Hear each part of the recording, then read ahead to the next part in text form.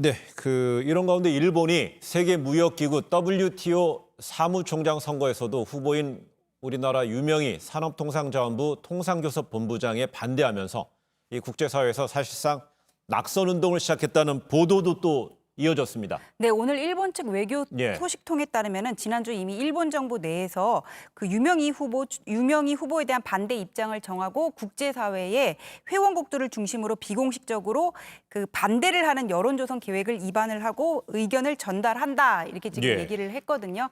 그런데 어느 선거이건 저거는 지금 이제 WTO 사무총장 선거인데 우리나라 총선도 마찬가지잖아요. 예. 낙선 운동은 늘상 있기 마련이거든요. 낙선 운동을 이기는 당선 운동이 되기 위해서는 일단 우리나라의 외교적인 기반이 탄탄해야 되고 유명희 후보의 어떤 사무총장으로서의 적합성을 적극적으로 알려야 할 것으로 보입니다. 이게 한 나라의 외교력을 평가하는 잣대가 될 수 있는 거죠. 예.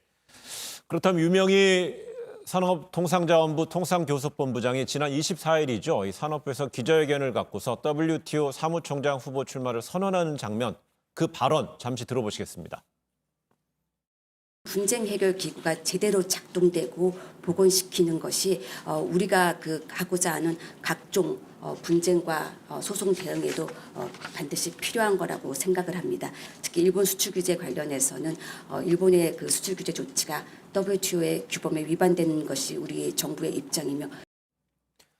네, 수출 규제 문제로 WTO에서 한일 양국이 대립하는 상황에서 유명희 본부장이 사무총장이 될 경우에는 일본 입장에서는 최악의 상황이 될 것이라는 얘기가 일본에서도 나오는 거예요. 그렇습니다. 예. 이것도 이제 일본 언론에서 보도를 했는데 불리한 상황이 올 거라고 예상을 하는 것 같아요. 네. 아무래도 이제 WTO가 지금 아시는 것처럼 일본이 제가 제 판단입니다. 거의 아무런 이유 없이 우리에 대해 수출 규제를 했지 않습니까? 거기에 대해서 사실 WTO에 제소를 하려고 하다가 일단 우리가 좀 참았습니다. 왜냐하면 일본의 어떤 전향적인 변화를 요청을 했었고요.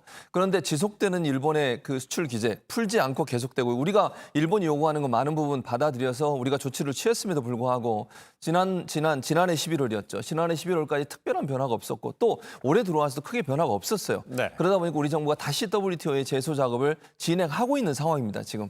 그래서 이게 이제 어떻게 될지 두고 봐야 되는데 이제 유명희 지금 통상교섭본부장이 만약에 WTO 사무총장이 되면 일본 입장에서는 상당히 불리할 수 있는 상황에 놓여질 수 있을 것이라는 우려가 있는 것 같습니다.